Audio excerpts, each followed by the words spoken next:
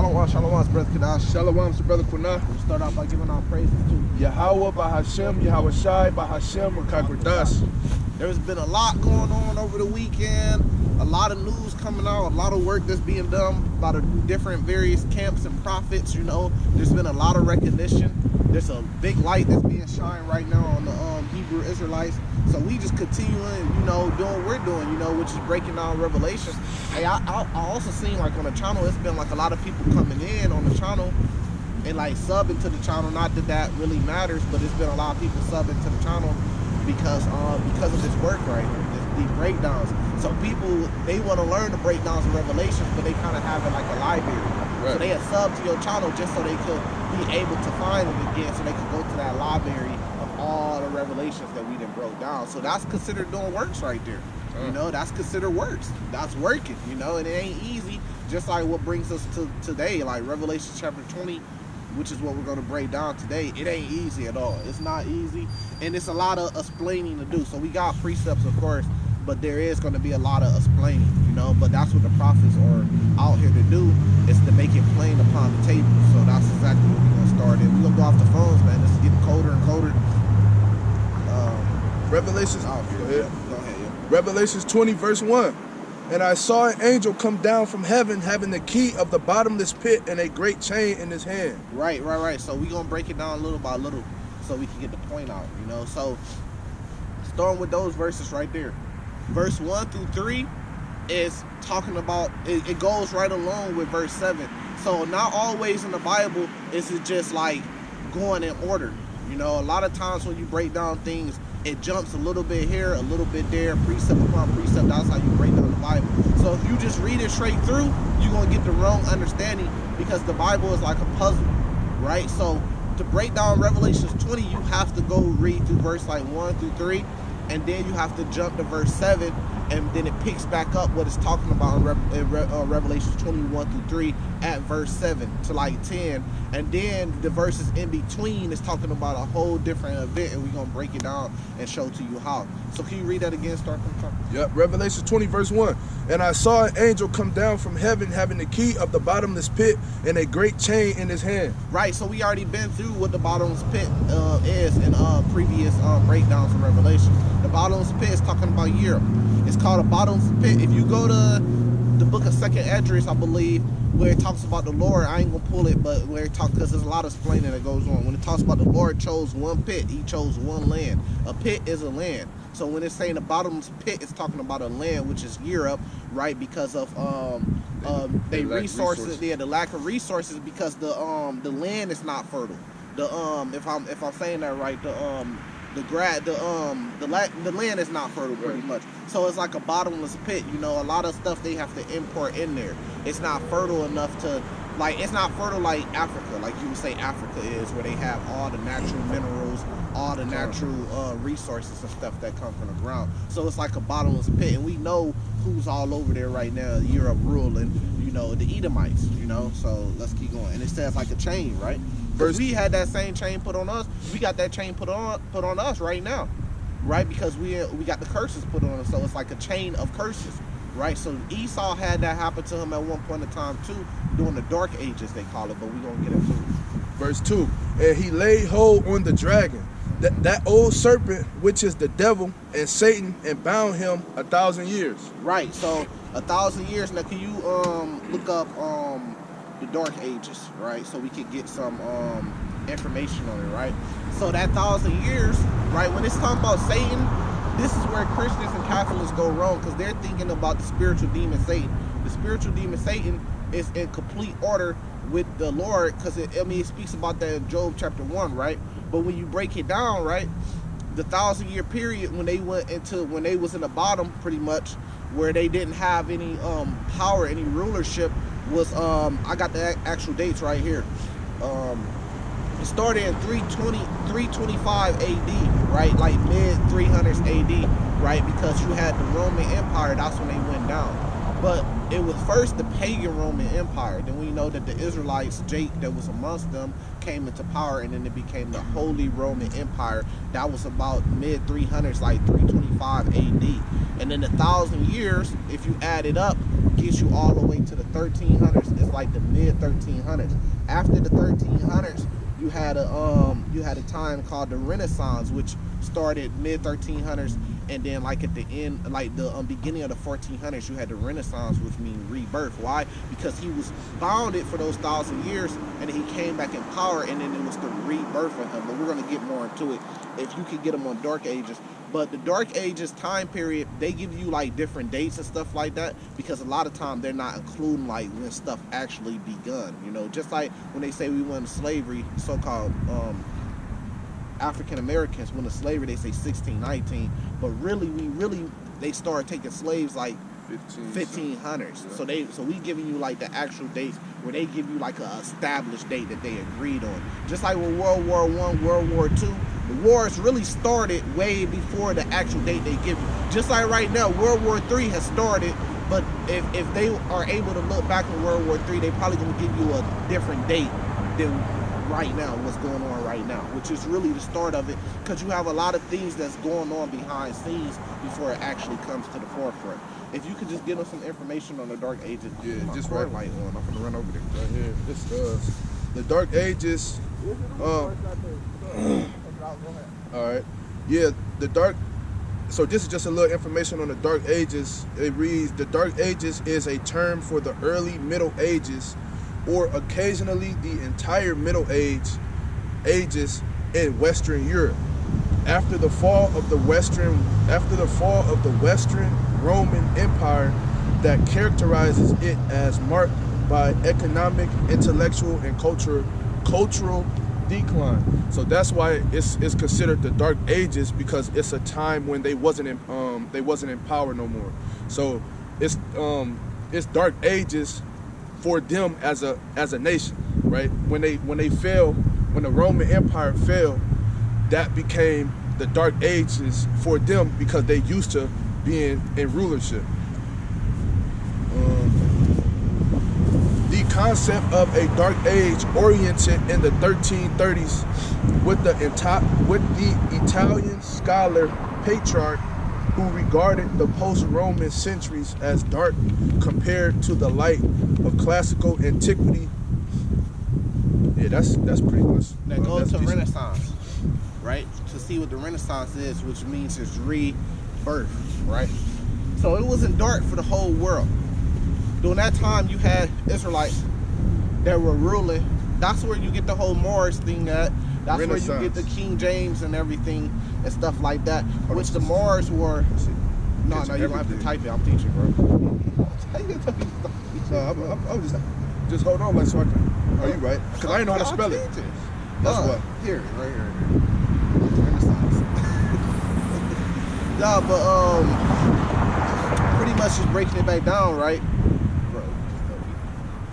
Hold up, but just to break it back down, right? You got the blacks, and you had the Ishmaelites, the Arabs, that made up a lot of those kings and stuff during that time period, what they call the Dark Ages, and that's who made up the Moors and stuff like that. They was in power and stuff like that. But Esau, the white man, you know, he had failed. He was in the Dark Ages. After the Romans, they went down, but that's why the Bible speaks about that deadly wound being healed again. So they came back into power. That deadly wound that Rome went down, they was healed again. They came back into power, but they came back with that vengeance in their heart, because they knew what happened during the Roman Empire. They knew that, especially the Israelites that really took over the Roman Empire, they knew that. So they had that burning hatred, and they had that vengeance in their heart. So a lot of people say, damn, why y'all just let them come over there and get y'all and take y'all? Because we had our own thing going, especially when 70 AD, when they sacked Jerusalem and they came in there. We had our own stuff going on, especially with the Lord, because the Lord brought them against us because we were sinning and we wasn't following his law, statutes, commandments. We had a split between the kingdoms. We had all that stuff. We ran into Africa. We flew into Africa, right? So they still had vengeance in their mind, but we wasn't really thinking about them like that. But it's hard, like, when you got a person behind the scenes that got vengeance in their mind against you, you not really paying no attention to them. You got your own shit, but their whole focus is how to take you down. So you don't even see them coming. You see what I'm saying? But really, the Lord gave them the power against us anyways. He blessed them with that sword, right? So then they took us into slavery. And then they came back into power, and then you had something called the Renaissance which is the brother about to get. The Renaissance is a period in European history marking the transition from the Middle Ages to modernity. I think I said that right. Well, the Middle Ages is also known as the Dark Ages. And covering the 15th and 16th centuries, characterized by an effort to revive and surpass ideas and achievements of classical antiquity. Right. Now, iconoclasm.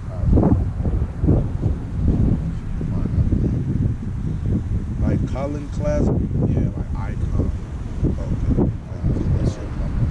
Right. So during the Renaissance and the rebirth of them, and then they started to come back into power, right? Because we already broke down the 7 heads, right? Which is the 7 kingdoms, which we're gonna break down again. I really don't want to jump the gun, but you know, Greeks, Roman, French, Spanish, Germanic Major, Germanic Minor, Great Britain, right? If I'm not missing one, right? So they came back into power, and then they had something called iconoclasm, which let me get some precepts because we're gonna go into it, right? This is Job 9. Let me see if I can pull it up.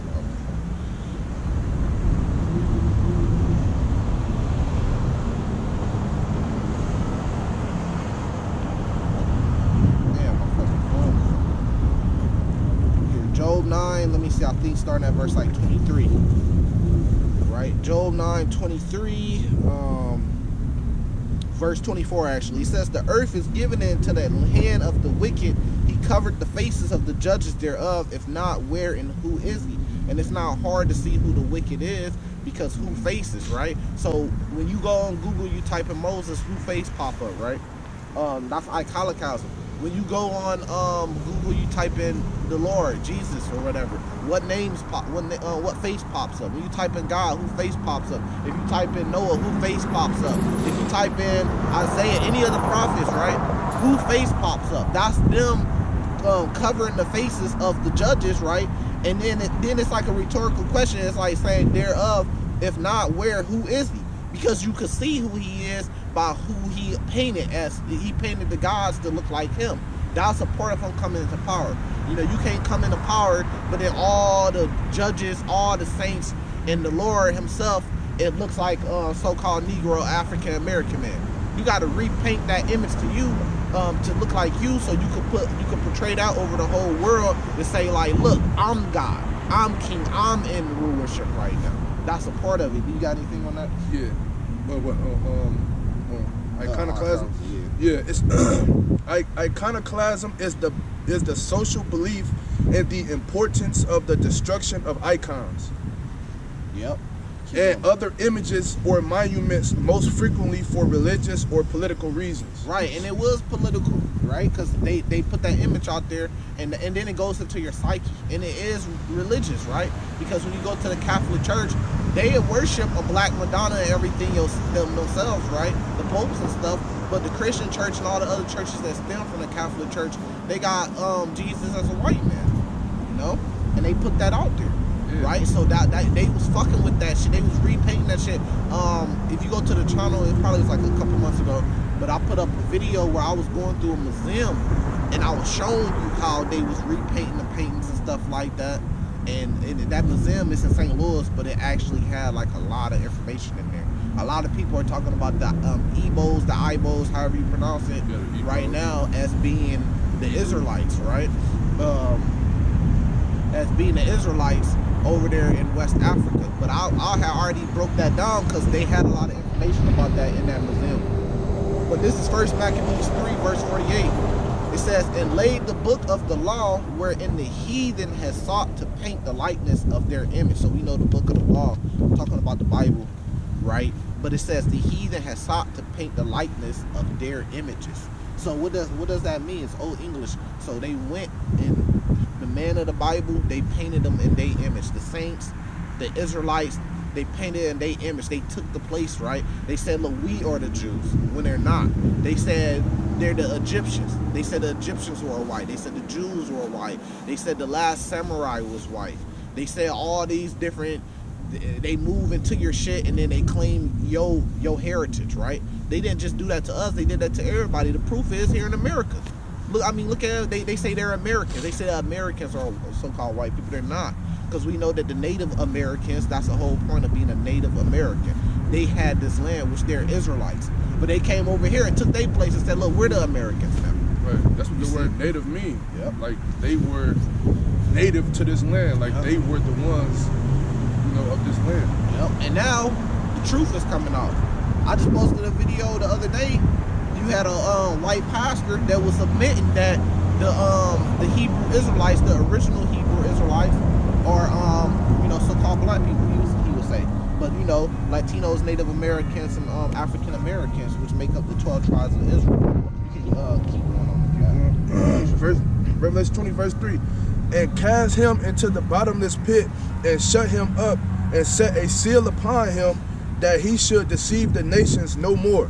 He was in power. He was very deceptive during the Greeks and the Romans, right? And then he went out of power. And then that's the Dark Ages. He couldn't deceive no more.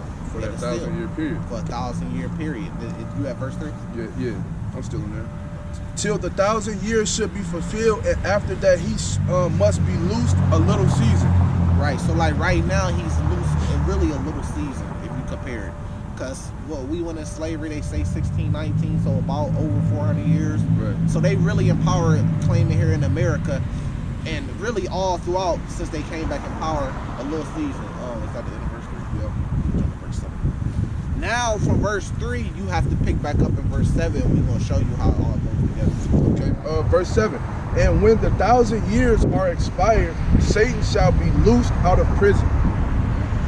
Verse 8, and shall go out to deceive the nations which are in the four quarters of the earth, Gog and Magog, to gather them together to battle. Look at you, the Ezekiel 38 from the top. So, like we just said, right? So that's why we broke all that down. So he went into the Dark Ages. He went into, a dark period, like they like to say, when it wasn't dark for the whole world. And that's how you know the shit that's being taught in the schools. It's just their perspective, Edomite perspective. It's indoctrination. That's why I wouldn't even send my kids to school if I had the power to. You know what I mean? Because Kanye West got them on that shit too, man. He said, look, which I ain't gonna say it, but you know who H is, right? Everybody know who H is. The letter H stands for a guy with a mustache, right? That did some crazy things. He said H did some good things. He said, I like H.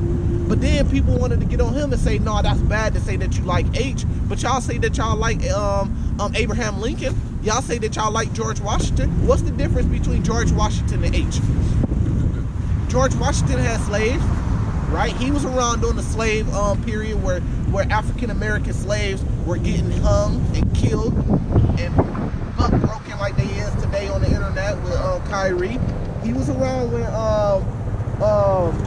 who was that? Thomas Jefferson, I think, that was around during the Trail of Tears with the Native Americans. They was around during all that time. So what's the difference between them? But you guys call them your forefathers. You guys say good things about them. You have days for them. You teach them in your schools. How is that any different than teaching Hitler? Well, H, right? H. How's that any different from teaching H? Right? So, yeah, go ahead. That's the hypocrisy, man. And Kanye West called them out on that shit, Yeah. But yeah, I was gonna say, and when you do the history on H, I was just watching a video over the weekend, and the brother was breaking down the history of H, why Christianity deems it hate speech when you speak against H. Is because of when you read up on him, they say that before he did everything that he did, the Holy Spirit was put on him or something crazy like that. So, like, he had the Spirit of God. He allegedly had the Spirit of God on him. Oh yeah. He definitely did. Right. He definitely did, because if you think H is bad, wait till you see what Y does. Wait till you see what Yahweh Shai does. It speaks about that in Obadiah 1:18. What he was trying to do, what H was trying to do, Yahweh Shai is going to fulfill. Right? So, yeah. So then they came back in power. Now you're reading about how they came back into power to deceive the world a little bit, the Renaissance era, and that deception was iconicalism. That's why we broke that down. Ezekiel 38. Yep. Top. This is where Gog and Magog comes in. Ezekiel 38 at verse 1. And the word of the Lord came unto me, saying, Son of man, set thy face against Gog, the land of Magog, the chief prince of Meshach and Tubal, and prophesy against him. And say, Thus saith the Lord God, Behold, I am against thee, O Gog, and Salakia, O Gog, the chief prince of Meshach and Tubal. Right, so don't get it fucked up. Just because the Lord is going to use them, the Lord is still against them. Am I still going on that? Yeah. Verse 4, And I will turn thee back and put hooks into thy jaws, and I will bring thee forth, and all thine army, horses and horsemen, all of them clothed with all sorts of armor, even a great company with bucklers and shields, all of them handling swords. Right there. So that's what you're seeing right now, which that chief prince is Russia. So you've seen the Lord put the hooks in them, right? And it's going to cause them to go to war, and you're going to cause something called World War III, the world calls it today, or Armageddon. You're going to call, that's what the Lord is causing by putting hooks in Russia, is he's causing them to go to war. He put a hook in them because they had to do what they're doing in Ukraine right now. They had to do it. If they didn't, and Ukraine became a part of NATO, then NATO could put weapons right there, right close on the border of Russia. So it's almost like a stick up. It's almost like getting a drop on them. It ain't really nothing they could do. So they had to do this in order really to keep sovereignty. So that's a hook that's being put in them. And every time they try to just go back to chilling, something happens, you know, like the gas pipeline being blown up. Who knows who did it? Or the bridge that tried to give. That's the Lord putting hooks in them that's making them, look, y'all got to come fight, man. Because the Lord, that's how the Lord's going to take out Mystery Babylon, which is America. Which, you know, we broke that down in Revelation 19, well, 18 and 17, right? That's how the Lord is going to destroy this place by nuclear missiles. That's the second death, which is going, it says come by fire and brimstone, which is going to come by the way of those nuclear missiles from war. And then you're going to have the nations that's left, they're going to stop fighting against each other. They're going to come together when the Lord returns with his saints, and then they're going to fight against the Lord in the heavens. It breaks that down in 2nd Esdras chapter 13. Did you have more on that? Nope. Oh, okay, that's right. Revelation 20 back in We still going on 7, right? Yeah. After, okay, verse 8, And shall go out to deceive the nations which are in the four quarters of earth, Gog and Magog, to gather them together to battle, the number of whom is as the sand of the sea. And they went up on the breadth of the earth and compassed the camp of the saints about. Now it says the camp of the saints is not talking about the actual saints, it's talking about the camp of the saints. The camp of the saints is the land. So some people break this down and say that they gonna come up against us when we're back in the land. No, it's just talking about the land right now, because they gonna destroy that. That place got to be destroyed. That's why when you get to Isaiah 60 and Isaiah 61, it speaks about it. It says the walls are gonna have to be rebuilt. That land's gonna have to be rebuilt back up, because that land in Israel is gonna be utterly destroyed like a nuclear missile, and troops are gonna be all over there. Whichever way it happens, right? That whole place is gonna be desolate and destroyed, and it's gonna have to be built back up. That's why when we get to Revelation 21, John the Revelator say he's seen New Jerusalem coming down. So we're gonna come down from the heavens, right? And inherit that land, but then we're going to take the other nations in slavery, and that land's going to have to be rebuilt back up. Let me give you a couple precepts, right? This is Amos 9, we'll start at verse 11, right? Which is talking about the land, but to qualify it, also the other nations are going to be taken in slavery. This is Amos 9, verse 11. In that day would I rise up the tabernacle of David that is fallen, and close up the breaches thereof. And I will raise up his ruins, and I will build it as the days of old, that they may possess the remnant of Edom, and all the heathen which are called by my name, saith the Lord that does this. So they're going to be slaves. I mean, if you keep going into it, it says, Behold, the day comes, saith the Lord, that all men shall overtake the reaper. So the so-called Negroes, Latinos, Native Americans, we're at the bottom right now, but we shall overtake the reaper, the ones that's at the top. It speaks about that in Isaiah 14, right? It says, and because it says, oh, Golden City, you know, pretty much to the oppressor, how has the Golden City ceased, roughly paraphrased. It says, and the treader of the grapes, him that soweth seed in the mountains, shall drop sweet wine, and all the hills shall melt, right? And I will bring again the captivity of my people Israel. He will take us out of slavery, just like in Isaiah 14, he says he's going to take the Israelites to the land, right? And they should build the waste cities. Why are we going to have to build these waste cities? Because the land, the camp of the saints, Israel, Jerusalem, is going to become a waste city, and it's going to be rebuilt. It says, and inhabit them, and they shall plant vineyards and drink of wine thereof. They shall also make gardens and eat of fruit thereof, of fruit of them. And I will plant them upon their land, right? Isaiah 14, he should put the house of Israel, house of Judah in the land. And they shall no more be pulled out of their land, which I gave them, saith the Lord thy God. Let me give you another one. Psalms 149, KGB. Starting at verse 1, that's a lot. Praise ye the Lord, sing unto the Lord a new song, and his praise in the congregation of the saints. Let Israel rejoice in him that made him, right? Let the children of Zion be joyful in their king, or king is Yahweh Shai, right? Let them praise his name in the dance. Let them sing praises with the timbrel and the harp, for the Lord has taken pleasure in his people, and he will beautify the meek with salvation. Who's salvation for? His people, the Israelites, right? That's why I said Israel in verse 2. Verse 5, let the saints be joyful in glory. Let them sing aloud upon their beds. Let the high praises of God be in their mouth, and a two-edged sword in their hand, to execute vengeance upon the heathen. So if you don't want vengeance, you're not a man of the Lord. That's a part of this thing. We're supposed to want vengeance, because we're going to get vengeance on the heathen, man.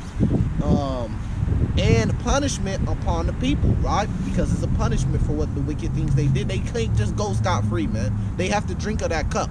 They can't do all the wickedness, you black Christians and shit like that, man. You can't just say that you know these people that done all this wickedness on the earth and just say, oh, they're going to be forgiven. No, there's a punishment coming for them, man. Yeah. And you got to let that punishment play out. You got something? Yeah, I was going to say, and it's still a lot of wickedness. We still getting mistreated right now today. Yep. So why is it we should forgive them when it's not like they did what they did back in the day and then now everything is good. They're not treating us like that no more. Right. No, we still getting treated like shit. Exactly. Still to this day. They just don't want them to be punished. They want to say they daddy, the master, they master, the white man. Right. And that's why they gonna take the work of the beast. Because they gonna choose man to be their God over the Lord, right? To bind their kings with chains and their nobles with feathers of iron, to execute upon them the judgment written. Dishonor have all this. This is an honor. The saints want this. We need this, and this is an honor for us. Praise ye the Lord. And then that's going to get back into verse 4 when we get to it. What verse is it? I was on 9. Revelation 20, verse 9. And they went up. Salaki, verse 10. Let me see. He in that verse 10, the end of verse 10. No, that was actually the end of verse 9. Because we stopped at Camp of Saints, right? Yeah. Camp of the Saints about. And the beloved city, and fire came down from God out of heaven and devoured them. Yep. So that land gonna be utterly destroyed. Yeah. Verse 10. And the devil that deceived them was cast into the lake of fire and brimstone, where the beast and the false prophet are. Yep. And shall be tormented day and night forever and ever. So we already broke that down with the fire and brimstone, which is gonna come by those nuclear missiles, and the chariots too. The chariots gonna be here destroying shit. Now jump back to verse 4, which goes along with that Psalms 194, 149. I just wrote down. Okay, Revelation 20, verse 4. And I saw thrones, and they sat upon them, and judgment was given unto them. And I saw the souls of them that were beheaded for the witness of Jesus, Yahweh Shai. Right, okay, so let's get some precepts. Do you get verse 6? And just get verse 2, right? So just like we said in Psalms 149, he said he's seen thrones, right? Why? Because we are going to be kings, judges, priests on the earth. And we are going to have slaves. You can call them servants all you fucking want, man. You can call it slaves. The difference is they not going to have a choice. So that's a slave. 1 Corinthians 6, verse 2. Do ye not know that the saints shall judge the world? If the world shall be judged by you, are ye unworthy to judge the smallest matters? Right, break that down. So, you got people that always say that we're not supposed to judge, right? But they always say that, or like if we see a brother, somebody that, that is a part of the nation or not, right? So that's why we're gonna be made kings and priests in the kingdom of heaven, because we're gonna be the ones governing and judging the world, right? Underneath Yahweh Shai. So the Lord gave us authority to judge. So all of that, only God can judge me, bullshit that people like to say, that's not true. When you go into the Bible with it, we are supposed to judge people according to righteousness. According to righteousness. And then when you break it down even more, now you understand why it was all the Lord's plan that we had to go in slavery, right? Because we had to become perfect judges to have that power that we're about to get. We had to know the good side and the dark side. We had to know complete righteousness, which is going to be in the kingdom, and we had to know complete wickedness. So our people has been as wicked as it's going to get, man. We at the peak of it. That's why all these things and these prophecies are being fulfilled right now. So we had to see both sides. Now that's going to make us perfect judges when we get into the kingdom. I got a precept too. We done in that? Yeah, we done on that one. Yeah. This is Romans 8, verse 16. The Spirit itself bear witness with our spirit that we are the children of God. Right? It says, and if children, then heirs, heirs of God, and joint heirs with a Mashiach, right? If so be that we suffer with him, that we may also be glorified together. We're joint heirs to the kingdom. So it's his kingdom. It tells you that in Colossians 1 because the Father gave it to him. But we're also joint heirs. We're brothers. And we have a Father that sits on the throne. So we're joint heirs and we're going to be glorified too in the kingdom with Yahushua. He's our king of that kingdom. But we're going to be made judges. We're going to be made kings. We're going to be made priests over the other nations too. But there's an order. There's a government body. Right. You got something? Yeah, the king, the king. Wait, like the brother was saying, it goes Yahushua, right? The Heavenly Father. The kingdom is given to not Yahushua, Yahweh, right? The Heavenly Father. Then it goes Yahushua, who is the king of the kingdom, right? The heaven, right? The kingdom of heaven. And then we kings too, but underneath Yahushua, which is the king, we are princes. But to the rest of the nation, we are their kings. Yep, another precept. Hebrews 1, verse 8. It says, but unto the Son he say, thy throne, O God, is forever and ever. The spectre of righteousness is the spectre of the kingdom, right? Now remember that, because what we about to get into. I want you to remember that. Okay, continuing in verse 4, and for the word of God, in which had not worshipped the beast, neither his image, neither had received his mark upon their foreheads, right, or in their hands, and they lived and reigned with Yahushua 1,000 years. Right there. So that's also another benefit for not taking the mark of the MOTB, the chip, which you know Revelations 15 is it shows you the gift for not taking it, and that part right there. But it said 1,000 years. So let's break down 1,000 years, because a lot of men say, oh, that means that they only gonna reign for 1,000 years, then it's gonna be over.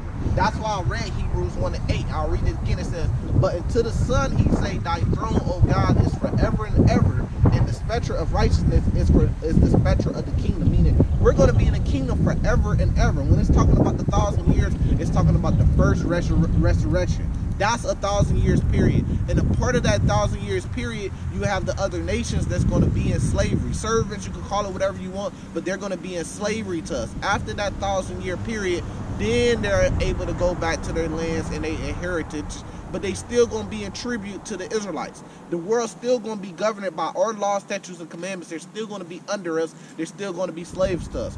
But they'll be able to go into their own lands, politic, have their little governments and everything. But those governments are still going to be under the world government, which is the Israelites. So that's that 1,000 years period. After that, then you have the other resurrections, but that's the first resurrection. But the only person that's not going to be a part of that after that 1,000 years period, that's another thing about the 1,000 years period. When it's over with, you get Obadiah 1 to 18. The only people that's going to be completely wiped out on the face of the earth is Esau, Edom. And it tells you that in Obadiah 1 to 18. Now, a lot of Christian dudes, they don't like that. But you ain't got to like it. It's in the Bible, though. See, that's why when it speaks about this in the Bible, in Revelations 10, I believe, and Ezekiel 3 says, it's sweet in your mouth as honey, but it's bitter in your belly. Yeah, some things in the Bible is going to be bitter in your belly. You're not going to like it the first time you hear it. That's why it says in Obadiah chapter 2, which I get that one next. Trying to make that great light. Running though, ain't it? He said, yeah, but in Obadiah 2, Habakkuk 2, I'm sorry, I said Obadiah 2, Habakkuk 2, that's why it speaks about him that runneth when he readeth it. But you got to stand there bold, man. You got to face the truth, you know, because the truth will set you free, right? Can you get that? Yeah. Verse 18.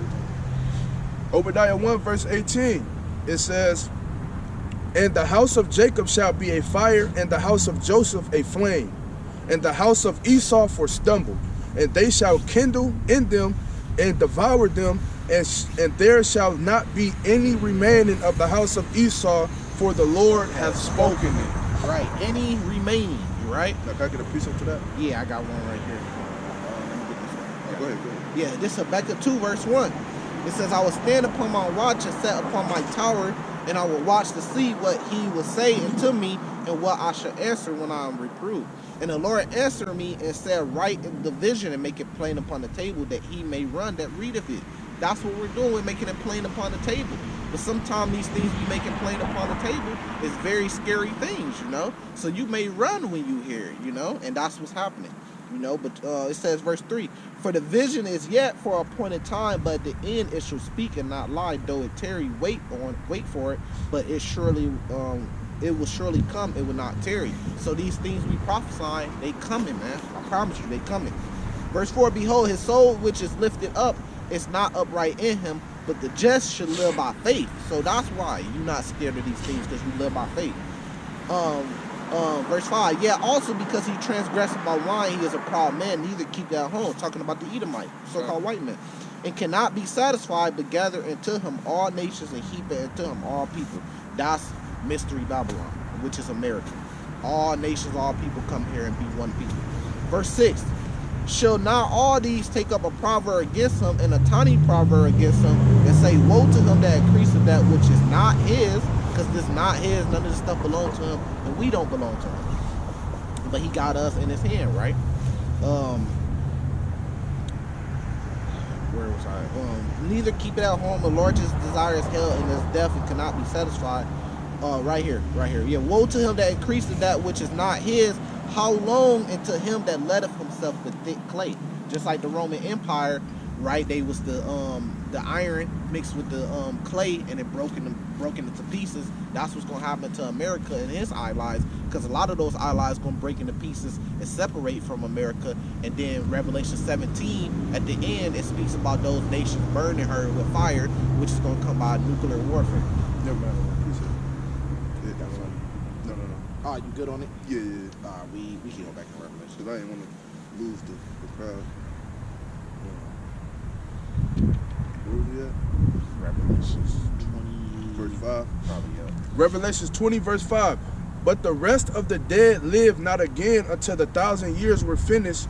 This is the first resurrection." Right. So that's what the 1,000-year period is. It's not, okay, we gonna be in rulership for 1,000 years with the Lord, then it's gonna end, and the earth just gonna end. It just told you that 1,000-year period is that, and then the rest of the dead is gonna come back after the 1,000 years. Verse 6. "Blessed and holy is he that hath part in the first resurrection. On such the second death hath no power. Right. But they shall be priests of God and of Christ, and shall reign with him 1,000 years." And that's why we doing this work, man, because we want to be a part of that first one, right? 1 Corinthians 15, verse 51. It says, "Behold, I show you a mystery. We shall not all sleep, but we shall all be changed into those bodies," right? Because in order for you to be perfect and not sin and be under the new covenant, right, you have to have those spiritual bodies, those upgrade bodies. We're going to see what exactly they are, right, in the kingdom. Verse 52, "In a moment, in the twinkling of an eye, at the last trumpet, for the trumpet shall sound, and the dead shall be raised incorruptible, and we shall be changed." This is talking about the first, right? It says, "For this corruptible must put on incorruption, and this mortal must put on immortality. So when this corruptible shall have put on incorruption, and this mortal shall have put on immortality, then shall be brought to pass the saying which is written, Death is swallowed up in victory. O death, where is thy sting? O grave, where is thy victory? The sting of death is sin, and the strength of sin is the law," right? "But thanks be to God, which giveth us victory through our Lord Yahushua Mashiach. Therefore, my beloved brethren, be ye steadfast, unmovable, always abounding in the work of the Lord." You got to stay in this. You got to stay on point. You got to stay on fire in this. You got to stay steadfast. You can't be movable by little small things happen. You got to stay planted in this truth. You got to come out here and give it your all every week and be ready. It says, always abounding in the work of the Lord, for as much as ye know that your labor is not in vain, because that labor is not in vain. So when you know the gift that's coming, then you know that you got to work hard for it, especially when you know of all the destruction, because it says, through much tribulation we must enter into the kingdom of heaven. So you know that shit coming, and you want to be saved out of it, you got to go hard for the Lord, man. What verse did you We on 7 now.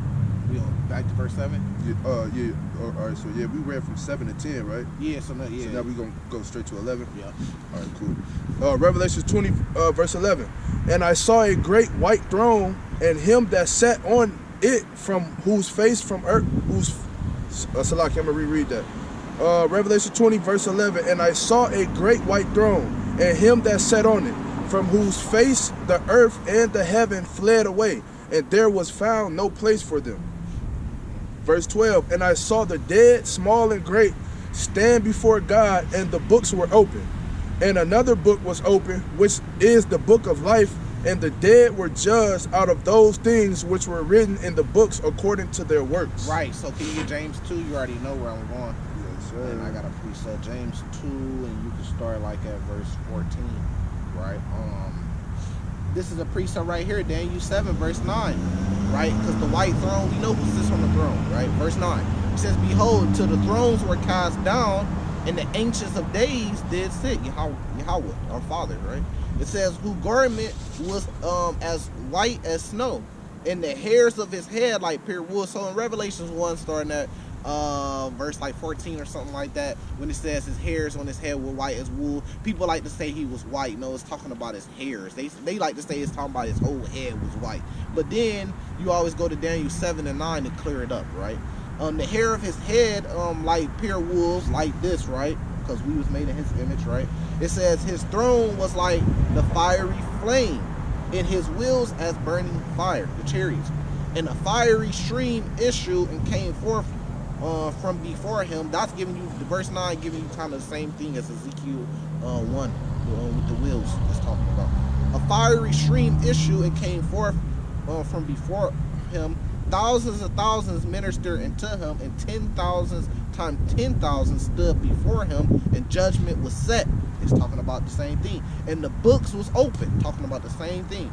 And I beheld then, because of the voice of the great words which the horn spake, I beheld even to the beast was slain, and his body destroyed and given into the burning flame. So it's always talking about a burning flame and something being on fire. That's the second death, which we just read in Revelation 20, verse 11.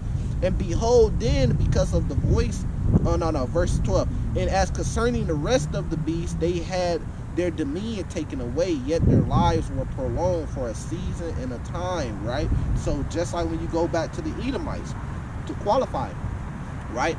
They gonna have their dominion taken away when we get empowered. And they lives are only going to go for a short period of time, because then Obadiah 1:18 is going to happen. They're going to be slaughtered, and they're going to be completely eliminated, all of them. So you fucking Christian and pastor, black Christians and pastors trying to save them, you can't save them, man.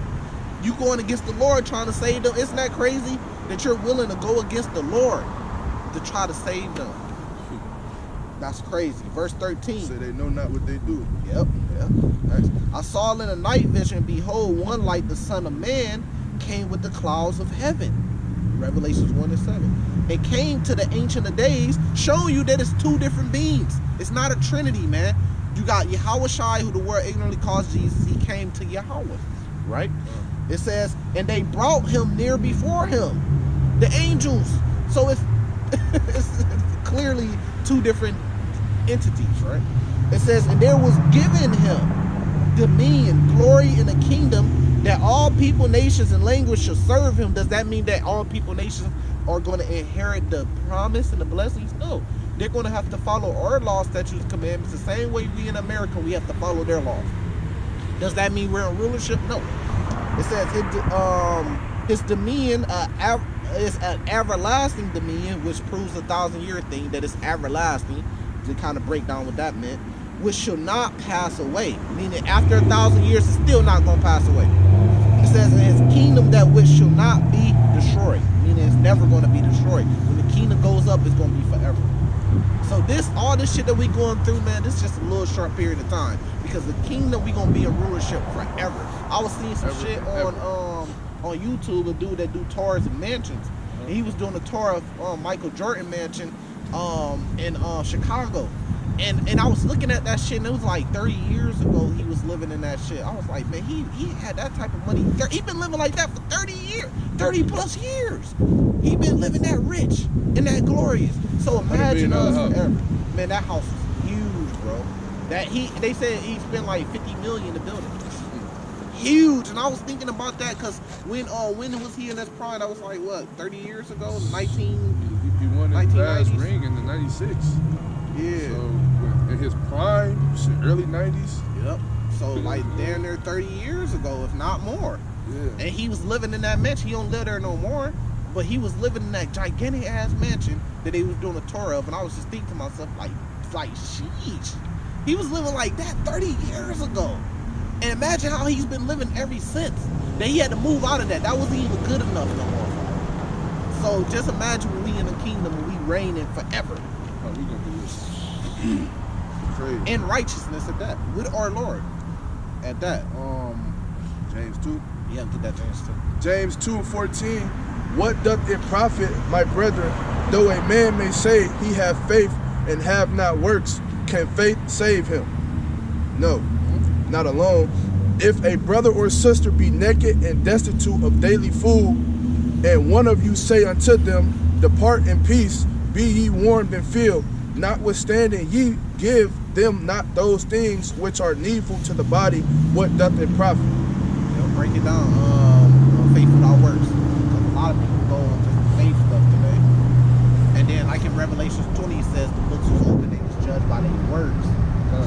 Right, so in Revelation 20, when they was talking about they was judged by their works, that's talking about when that time come for them to be judged. That's what the Lord is going to go off of, right? Your works. Now, faith without works, you can't just say you have faith, because if you just say you have faith, or let's say me and the brother right here, we just say we have faith, right? But to prove that we have faith is us following the Lord.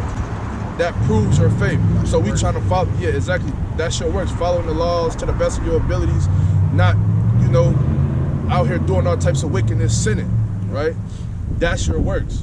And plus what we doing out here on a weekly basis, putting up videos, coming out here doing camp, you know what I mean? That's proof, and that's what we're gonna be judged off of. Yep. Just like doing Yahushua time with the elders and the scribes, right? They was being wicked because they was saying out their mouth they had faith and they believed, but they was hypocrites because behind closed doors what they was really doing, that goes back to your works. Just like with the Christian church today.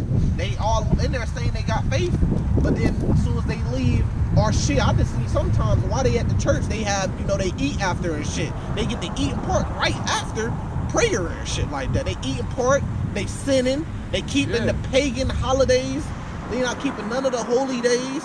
My grandma, not to bring her up, but my grandma for church, she got a turkey and a ham out of church. The church gave her a turkey and they gave her a ham. But they in there preaching faithful, like they faithful. But that goes back to love. Love is not just a word. You know what I'm saying? It's an action. So how you prove you love the Lord is by following his laws that he put in place. You know what I mean? So, it's just a big lie. Yeah, find that one. What's that in 1 John? When they talk about the love of the Lord. Let me see. It's a couple of them. Because you hit that right on top of the head. First, go to 1 John 4 and 7. Found it? 1 John 4 and 7. That might be. This is one of them. Beloved, let us love one another, for love is of God, and everyone that knoweth is born of God and knoweth God. Right, this is 1 John 5, verse 3. For this is the love of God, that we keep his commandments, and his commandments are not grievous. So you say you love him. If you love him, then you believe him. When belief is the same thing as having faith, do you have faith in him? Do you keep his commandments? Which is the works, right? Precept right here, back that up. Because they say, oh no, that's done away and that's over with. No, it's not. Romans 3, verse 31. Do we then make void of the law through faith? God forbid, yeah, we establish the law. Ooh, So faith without works is dead. I got another, but I can't think of it, how it goes. When he was talking about the Lord did not give anybody like a leeway to do sin. Shit, I got another one. We're gonna keep going with it. Romans 7.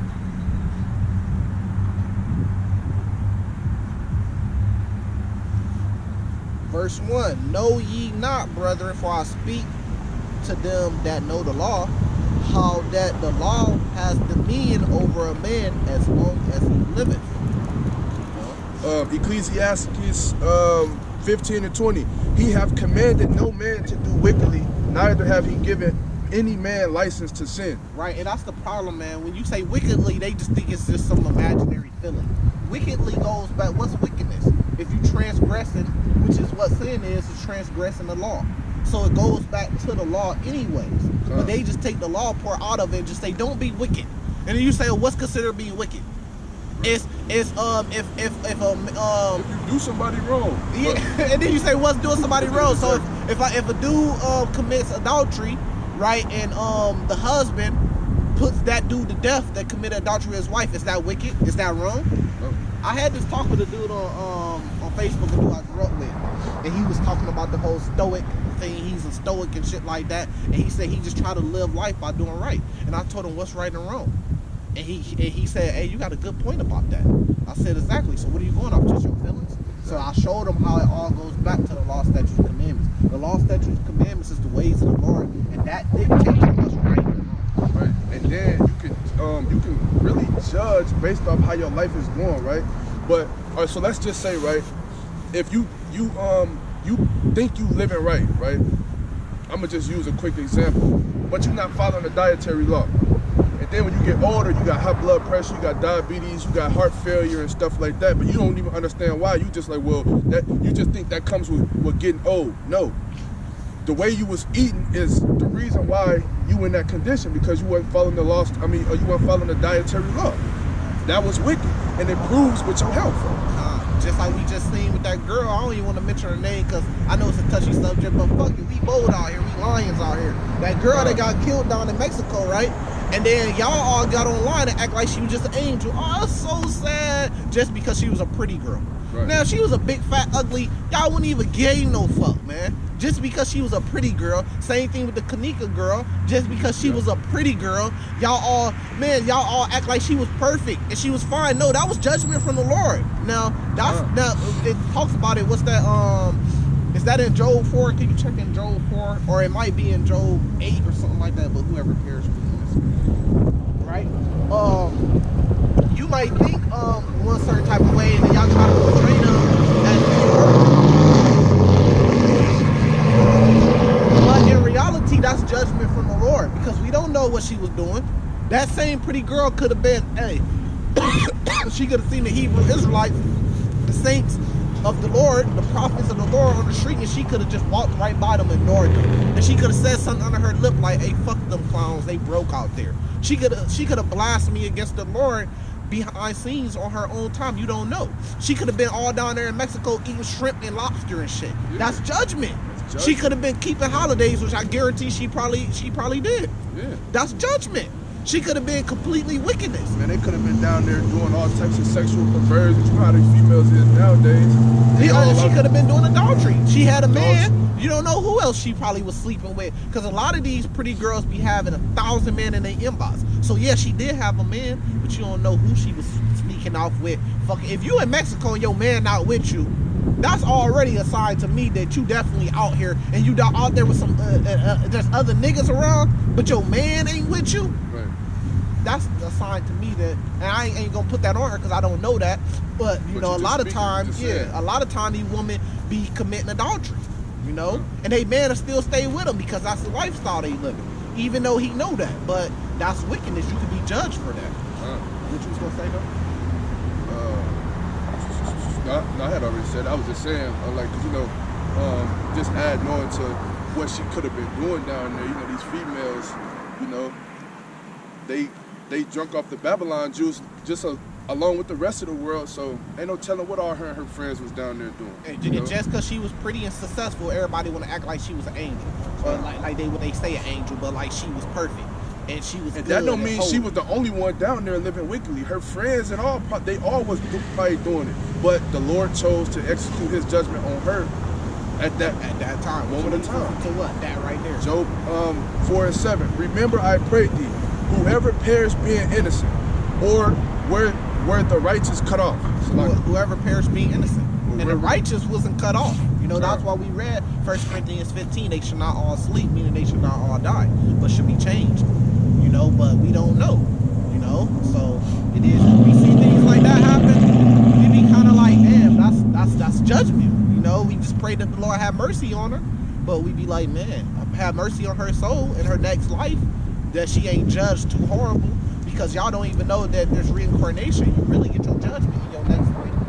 You know, so we pray the Lord have mercy on her, but we look at it and we be like, damn, man, but whoever perished being innocent, you know? We know that everybody guilty, even if one of us fall, we know ain't none of us perfect, and that's the Lord bringing that judgment. It is what it is, you know? We gonna finish off Revelation. Revelation 20, verse 13. And the sea gave up the dead which were in it, and death and hell delivered up the dead which were in them. And they were judged every man according to their works. And death and hell were cast into the lake of fire. This is the second death. And whosoever was found not written in the book of life was cast into the lake of fire. You know, and a lot of people ain't found written in that book of life. It's for the elect of Israel. You know, so whatever happened to these people, which I ain't gonna keep speaking about that girl, but she probably wasn't found in the book of life. You ain't never considered that. See, that's what the Christian church do. They tell you, blame all your problems, anything that happens to you, on Satan. Can you get Job 1? But it's not Satan, man. It's the Lord that's doing this to you. The Lord commanded Satan and giving Satan the ability. The Lord created Satan to do these things to you, man. Who created Satan? The Lord did, man. The Lord created everything. It tells you that in Colossians 1. A visible, invisible. He created everything. Principalities, everything. So the Christian church just tell you, blame it on Satan. And they say, God gonna help me. I'm just blaming it on Satan. Satan's messing with me.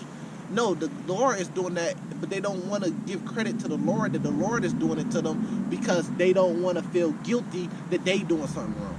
So they say, look, I'm doing everything right, but Satan's just messing with me because I'm being holy. But the Lord's going to protect me. No, man. You are being wicked, and the Lord's using Satan to go against you. And that goes with us in the truth, too. If motherfuckers is coming up all big and bad and buff and swole and fucking with you on the streets trying to knock your head off, don't just blame it on Satan. The Lord's allowing Satan to use him to come up against you because of something you doing wrong, man. You're enticing people on the internet. Internet turns to real life, man. Can't just be an internet warrior. Shit can get real in real life. Keep going. Job 1:6. Now there was a day when the sons of God came to present themselves before the Lord, and Satan came also among them. And the Lord said unto Satan, Whence comest thou? Then Satan answered the Lord and said, From going to and fro in the earth, and from walking up and down in it. He answered the Lord. Lord asked him something, he answered. Right. And the Lord said unto Satan, Hast thou considered my servant Job, that there is none like him in the earth, a perfect and upright man, one that feareth God and escheweth evil? Then Satan answered the Lord and said, Doth Job fear God not? Hast not thou made an hedge about him and about his house? He made a hedge, so Satan couldn't do nothing against Job while that hedge, while the Lord had that hedge on him. So what it's showing you is a power. It's showing the Lord up here and Satan is under him. Right. And about all that he hath on every side, thou hast blessed the work of his hands, and his substance is increased in the land. Put forth thy hand now and touch all that he hath, and he will curse thee to thy face. And the Lord said unto Satan, Behold, all that he hath is in thy power, only upon himself. Put not forth thy hand. So Satan went forth from the presence of the Lord. Right there. So the Lord commanded Satan. He told him what to do and how to do, and then he gave Satan the power. Yeah, go ahead, get it. He gave Satan the power. He said, look, now you can put forth this and do that, but don't do this and don't do that, which is a commandment when he say don't do this and don't do that. So that he's over Satan. He created Satan, man. Deuteronomy 32 and 39. See now that I, even I, am he, and there is no God with me. I kill and I make alive. I wound and I heal. Neither is there any that can deliver out of my hand. So Satan don't kill you.